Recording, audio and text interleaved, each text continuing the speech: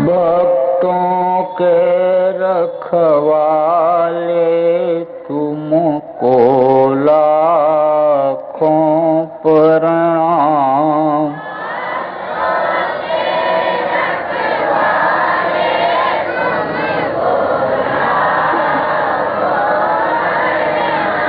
दीनों की विनती सुन लीजिए,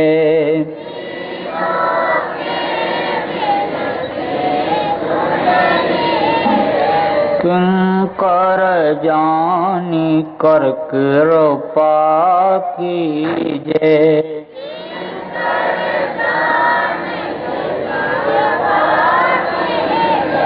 दर्शन अपना हरदम दीजिए,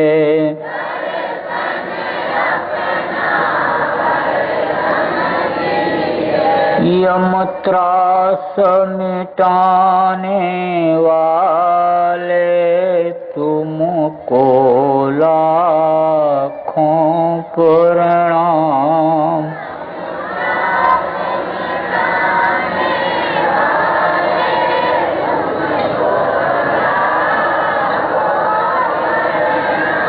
भक्तों के रखवाले तुमको लाखों प्रणाम।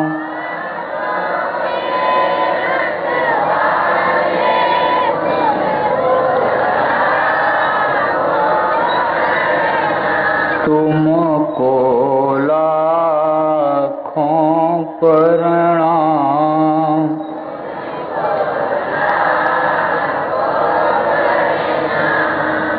जय गुरुदेव।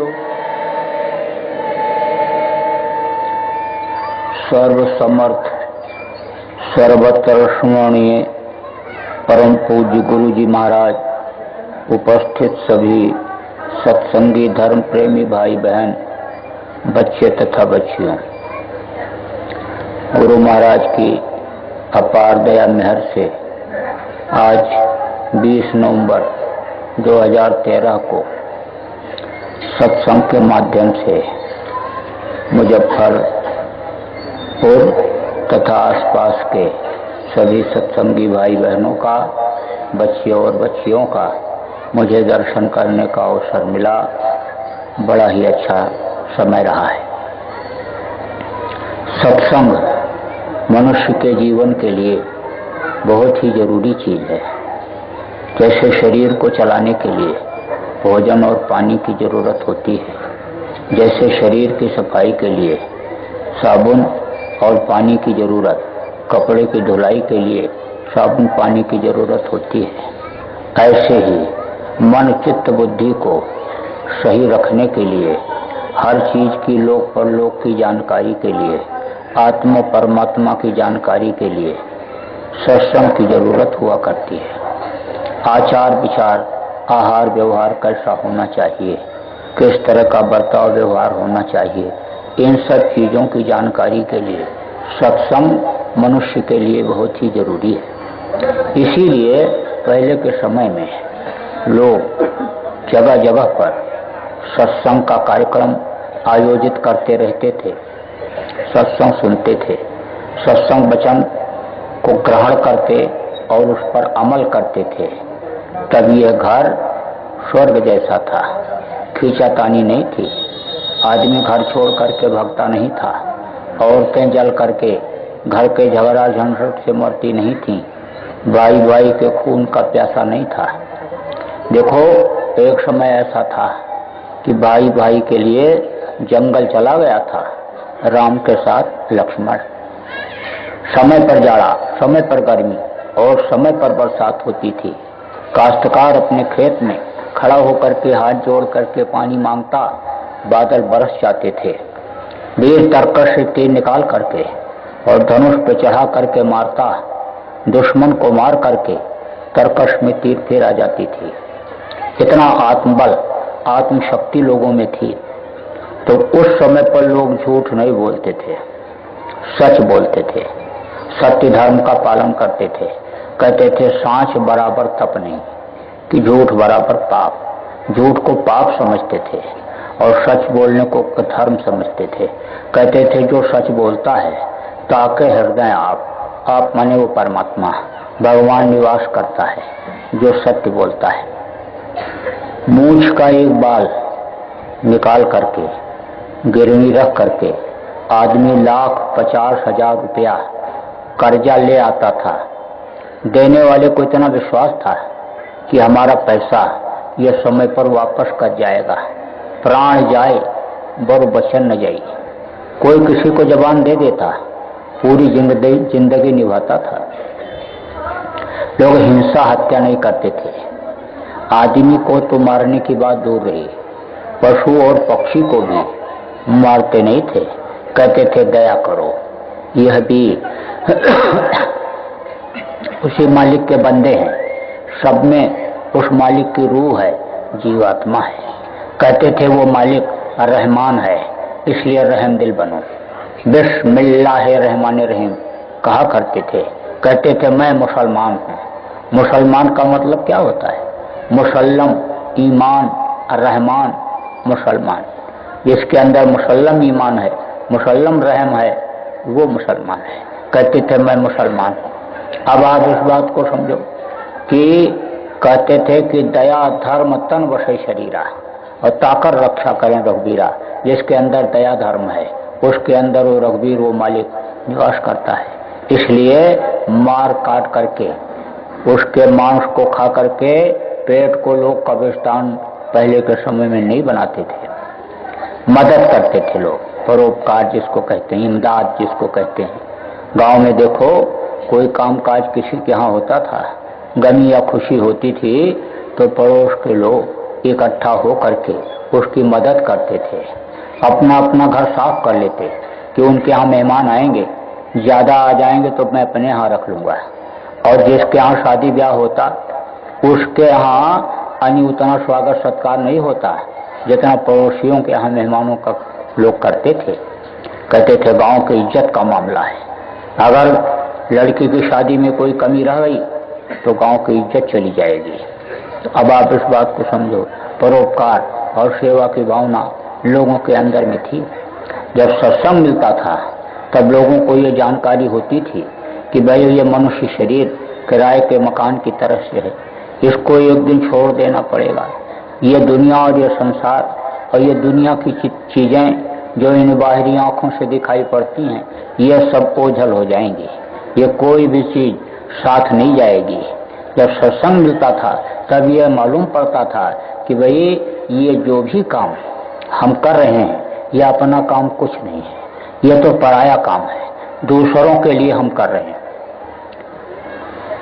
घर मकान बनाए, 1 मंजिल 2 मंजिल 3 मंजिल 4 मंजिल, बढ़िया सब झाड़ फन्नूस लगा दिए, बढ़िया फर्श बना दिए, लेटरिन बाथरूम रसोई सब तैयार कर दिया, बढ़िया मोटे मोटे गद्दे डाल दिए सोने के लिए। जब मकान तैयार हो गया तब चिट्ठी लिख करके भेजे कि गृह प्रवेश होगा, आइए घर भोज होगा, आप सब रिश्तेदार नातेदार पड़ोस के लोग और हित मित्र सब लोग आइए भोजन ग्रहण करिए। अब सब लोग आए, बढ़िया पूरी पकौड़ी पुआ खीर बना, खूब खाए, रहने लगे घर में। बोले घर में प्रवेश हो गया।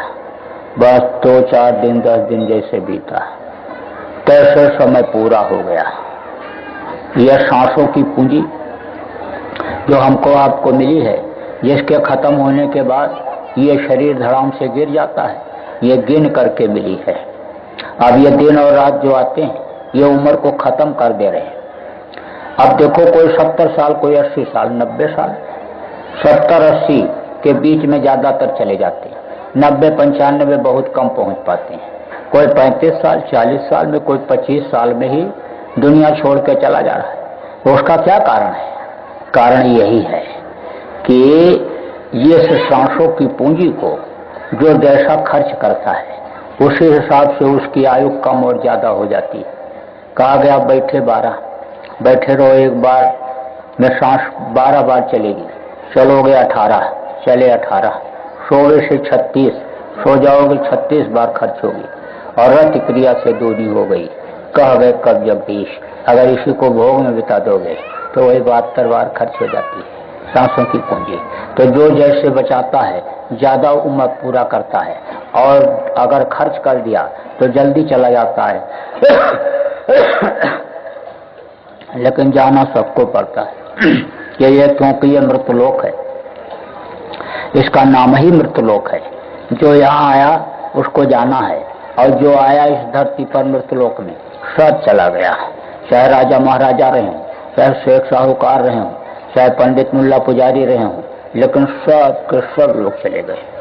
अब आप इस बात को समझो, बड़े बड़े राजा हुए, महल बनवाए, अटारियां बनवाई, फौज फाटे तैयार किए, दूसरे राज्य पर चढ़ाई किया, हीरा मोती जवाहरात सब लूट करके लाए, खजाना भर लिया।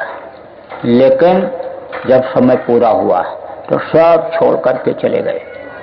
सिकंदर बादशाह की जब मौत आने को हुआ और नब्ज पकड़ा लुकमान हकीम ने, तब सिकंदर बादशाह जो पूरी दुनिया को जीता है, मार काट करता हुआ बहुत दौलत इकट्ठा किया था, जब उसका नब्ज पकड़ा लुकमान ने, तब सिकंदर ने कहा आधा राज्य दे दूंगा, मेरी जान बचा लो। उन्होंने कहा नामुमकिन। फिर कहा पूरा राज्य दे दूंगा, एक बार मुझे मेरी माँ से मिलवा दो। बाहर था घर से, बोला एक बार घर पर पहुंचा दो, एक बार मैं अपनी माँ से रोटी मांग करके खा लूं। उन्होंने कहा नामुमकिन। आखिरी वक्त पर किसी का कुछ चलता है? आखिरी वक्त पर किसी की कोई जोर नहीं चलती। कितना ही पढ़े लिखे हो, हिंदी अंग्रेजी के जानकार हो, कितना ICS PCS ऑफिसर हो, कितना बड़े नेता हो, कितना बिरादरी के बड़े चौधरी हो, अध्यक्ष हो, मंत्री हो, जज हो, मिनिस्टर हो, कोई भी हो, आखिरी वक्त पर किसी का जोर नहीं चलता। जवान लड़का खड़ा रहता, रिश्तेदार खड़े रहते, पड़ोस के लोग खड़े रहते, लेकिन मदद नहीं कर सकते। अब आप इस बात को समझो कि जब लुकमान ने पकड़ा नब्ज और नामुमकिन कह दिया, तब सिकंदर बादशाह ने कहा देखो, जब मैं पैदा हुआ था तो दोनों हाथ की मुट्ठी बंधी हुई थी। जितने भी लोग पैदा होते हैं, देखो मुट्ठी बंधी रहती है बच्चा जब पैदा होता है। पैर के अंगूठे को पकड़ करके जब मुंह में डाला, तब दुनिया की पहचान हुई, जानकारी हुई, बड़ा हुआ, पढ़ा लिखा, अपने बल पौरुष पे पूरी दुनिया में फतेह आबी किया, धन दौलत हीरे मोती जवाहरात सब अपनी मुट्ठी में रखा। लेकिन अब सब कुछ छोड़ करके यहीं जा रहा हूं। तो सिकंदर बादशाह ने कहा कि जब मेरा जनाजा निकले, जब मेरी अर्थी निकले, तो मेरे दोनों हाथ अर्थी से बाहर निकाल देना और कहना दुनिया वालों से कि ये वो सिकंदर बादशाह जा रहा है जो पूरे संसार को जीता है, विश्व विजयी कहलाया, लेकिन अब सब कुछ छोड़ करके जा रहा है। तो सिकंदर बादशाह जैसे चले गए, यानी दुर्योधन ऐसे राजा हुए कि जिनकी छतरी 64 कोस में थी, वो भी चले गए। एक राजा बल हुए जो रावण जैसे बलवान को भी 6 महीने अपने कांख में दबा करके रखे, वो भी चले गए। तो ये इस धरती का विधान ही यही है कि जो फला सो झड़ा और जला सो बुझा। जो पेड़ फलता है, झड़ता है, और जो जलता है वो बुझता है। बस सांस की पूंजी खत्म होने का जैसे समय आया, बस उसी मकान में घर वालों ने कहा भाई, अरे पिताजी की दादाजी की तबीयत खराब हो गई, अरे क्या हो गया? बस ऐसे पैर पकड़ते ही कहे अरे पैर ठंडा हो गया, पैर ठंडा हो गया। बस हाथ पकड़े, बोले हाथ भी ठंडा हो गया। अब लोगों ने कहा जल्दी से निकालो, मकान से बाहर करो। जिंदगी भर 10-20 साल तक लगातार मकान ही बनाते रहे।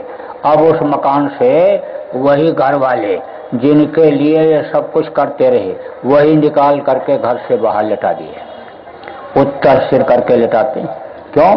क्योंकि आखिरी वक्त पर बड़ी तकलीफ होती है, मरते समय बहुत तकलीफ होती है। सहजोबाई ने लिखा कि सहजो मौत के समय पीड़ा उठे अपार, बिच्छू 60,000 जो डंक मारे एक सार।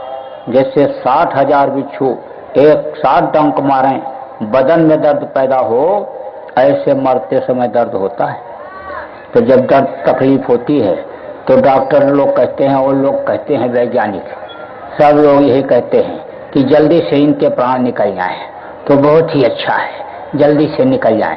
तो कहते उत्तर सिर कर दोगे तो शरीर के जो सेल हैं शरीर के दिमाग पे खोपड़ी में, वो जल्दी डाउन हो जाएंगे, कमजोर हो जाएंगे, बस इनका प्राण निकल जाएगा।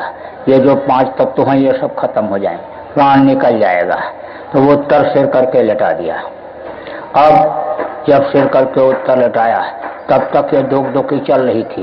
ये दुखी ऐसे चलती रहती है जैसे लोहा पीटने वाले होते हैं, तो ऐसे हाथ से खींचते रहते हैं और लोहा गर्म होता रहता है और फिर उसके बाद पीटते हैं और हाथ से ऐसे जैसे धोकनी यानी ढीला किया बस दब जाती है, बंद हो जाती है। और जब वो धोकनी चलती रहती है तो हवा निकलती रहती है ऐसे, और लोहा गर्म होता रहता है। ऐसे ये धोकनी चल रही है, वह धोकनी जैसे बंद हुई, बस गर्दन लटक गया। अब लोग चिल्लाए, अरे भैया देखो क्या हो गया, अरे देखो कोई जानकार आदमी हो। तो गांव के आदमी भी ऐसे देख करके पलकों को उठा के ऐसे देख करके आंख को और जान जाते हैं कि अब कुछ नहीं रह गया। ऐसे लोग कहते हैं अरे अब क्या, अब तो कुछ नहीं रह गया। अब रोना पीटना शुरू हो जाता, अड़ोस पड़ोस के लोग सब आते हैं देखने के लिए। फिर जो समझदार लोग हैं वो कहते हैं जल्दी करो जल्दी करो, नहीं तो मिट्टी खराब हो जाएगी, ले जा करके इनको जलाओ। इस शरीर को मिट्टी कहने लगते हैं।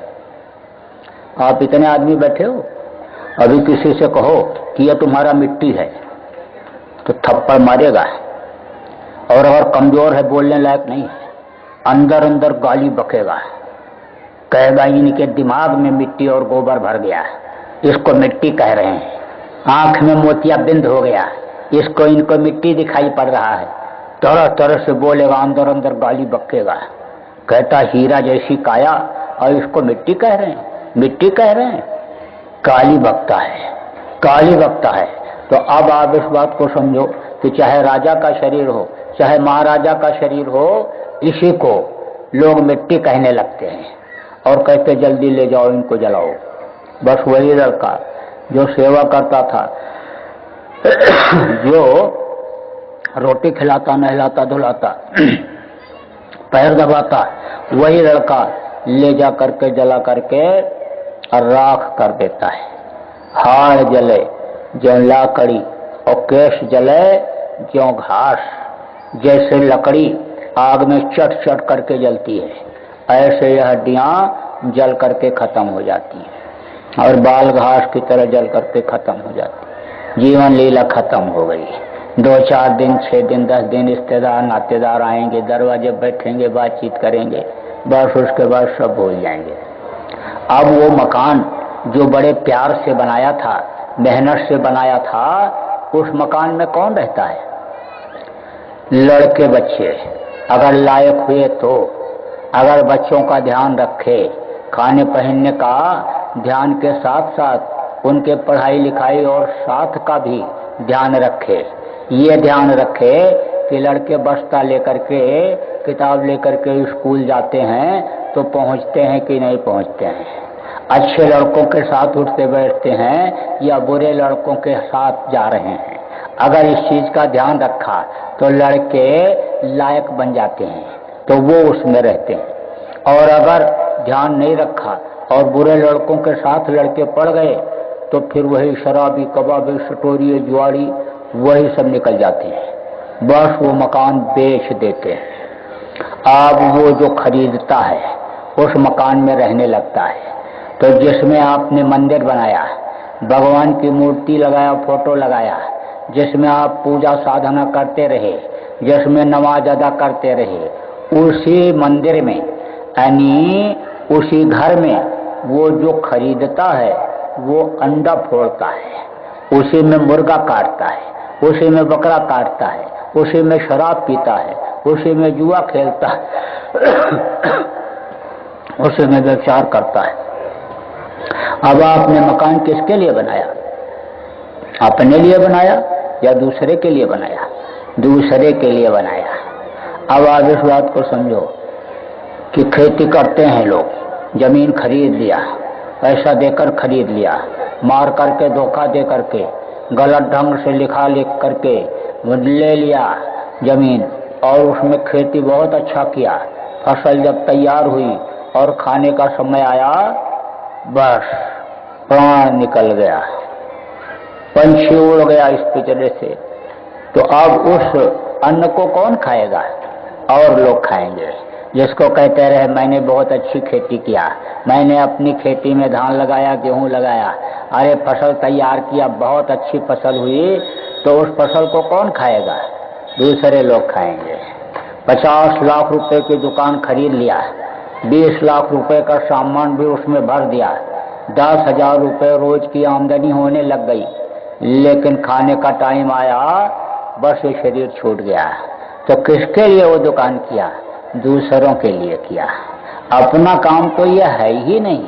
जो दुनिया का काम करने में आदमी लगा हुआ है, वो अपना काम तो है ही नहीं। ये जो कुछ कर रहा सब दूसरों के लिए कर रहा, अपने लिए नहीं कर रहा। जो कुछ कर रहा शरीर के लिए, पेट के लिए कर रहा, अपने खाने के लिए कर रहा। देखो, खाने का इंतजाम किसके लिए? शरीर के लिए। कपड़े का इंतजाम किसके लिए? शरीर के लिए। घर मकान बनाते शरीर की रक्षा के लिए, बाल बच्चों को पाल पोष के बड़ा करते, पढ़ाते लिखाते कि 2 रोटी कमा करके लाएंगे, खिलाएंगे बुढ़ापे में शरीर को। लेकिन शरीर का कोई ठिकाना है? और इस समय कलयुग में, पहले था घर से बाहर आदमी निकलता तो उसकी गारंटी रहती थी कि वापस आएगा, क्योंकि अल्प मृत्यु नहीं कौनो पीरा, और सब सुंदर सब बिरो शरीरा। बचपना से जवानी आती थी और जवानी से बुढ़ापा आती थी, उसके बाद बुढ़ापे में लोग शरीर छोड़ते थे। लेकिन अब किसी का कोई ठिकाना नहीं, किसी का कोई ठिकाना नहीं। घर से आदमी निकले, इसकी कोई गारंटी नहीं है कि लौट करके वापस घर में 2 घंटे के बाद चला आएगा। अब आप इस बात को समझो, उसका क्या कारण है? यही कारण है कि जीवात्मा के लिए कुछ नहीं कर रहे, शरीर के लिए ही सब कुछ कर रहे। अब आप इस बात को समझो कि एक आदमी ने कहा शराब पीने वालों की बुढ़ापा नहीं आती है। तो लोगों ने पूछा, बुढ़ापा नहीं आती? इतनी बढ़िया चीज शराब हो गई? अजय इतनी बढ़िया शराब क्या हो गई, जवानी में ही शराबी खत्म हो जा रहे। हमारे इलाके में कई जवानी में ही खत्म हो गए शराब पीकर, उनकी बुढ़ापा ही नहीं आती। तो अब आप इस बात को समझो, बुढ़ा हो ही नहीं रहा है। और कोई 18 साल 20 साल में कहीं एक्सीडेंट में मर रहा, तो गिर के मर रहा, कोई किसी को मार दे रहा है, दुश्मनी काट दे रहा है। तो ये सब क्या है? ये सब वक्त का प्रभाव है, कलयुग का ये असर है। ऐसे समय में अपने शरीर को चलाने वाली शक्ति, जिसको जीवात्मा कहा गया, कुछ इसके लिए भी करने की जरूरत है। और इसी काम के लिए यह मनुष्य शरीर मिला।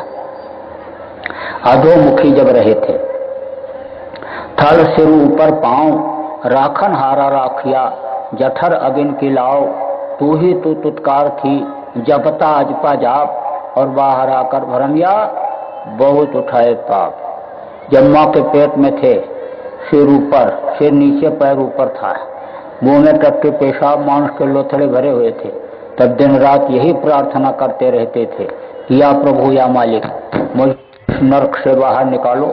बाहर निकल करके समर्थ गुरु की तलाश करके रास्ता लेकर के दिन रात भजन करूंगा।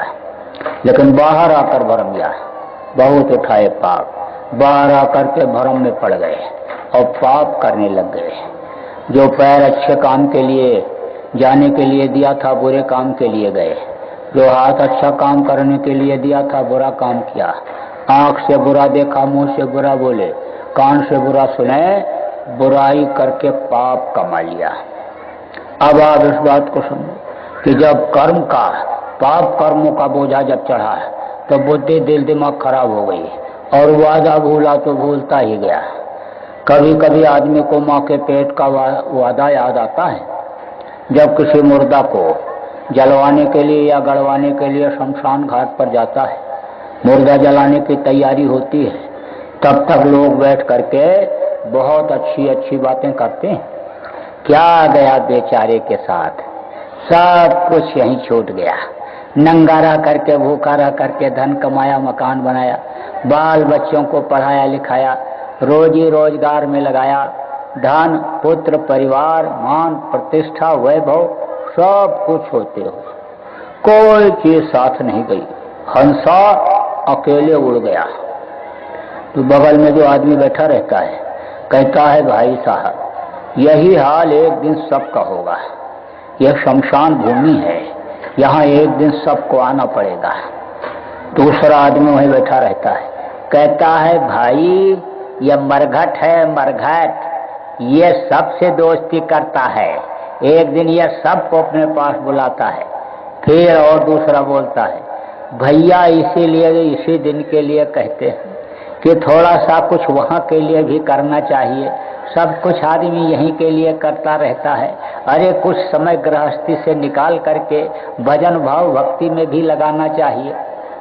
अब नौजवान कुछ नहीं बोलता है, सुनता रहता है, कहता बात तो ये सब लोग सही कह रहे हैं, लेकिन अभी तो कैसे भाव भक्ति हो पाएगी, गृहस्थी कच्ची है मेरी, बच्चे छोटे छोटे, घर मकान बना नहीं, घर मकान बना दूं, बच्चों को नौकरी काम में लगा दूं, गृहस्थी मेरी सेट हो जाए, फिर तो बस इसी काम में लग जाऊंगा। बस लौट करके आया और कहा जल्दी से जल्दी गृहस्थी सेट करो। बस गृहस्थी सेट करने में लग गया और सेट करने में ही उलझ गया। आज तक किसी की गृहस्थी सुलझी?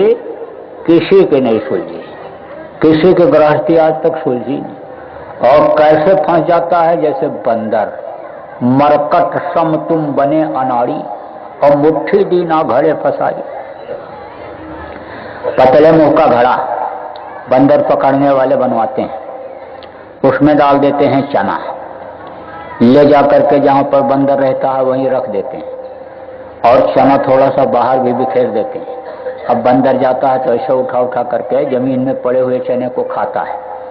उसके बाद देखता है कि घड़े के अंदर भी चना भरा पड़ा है नीचे, उसी में हाथ डाल देता है, मुट्ठी में पकड़ लेता है चना को और फिर निकालने की करता है कोशिश, तो हाथ निकलता नहीं। जब घड़े में हाथ डाला था तो पतला था, अब हाथ में चना आ गया मुट्ठी में, तो मुट्ठी मोटी हो गई तो पतले मुंह के घड़े में से निकलती नहीं। और जब कोशिश करता है तो दर्द करता है, तो दर्द करता है तो चूं चूं चूं चूं चूं चूं बोलता है, तो शिकारी समझ जाता है अब ये छोड़ेगा नहीं।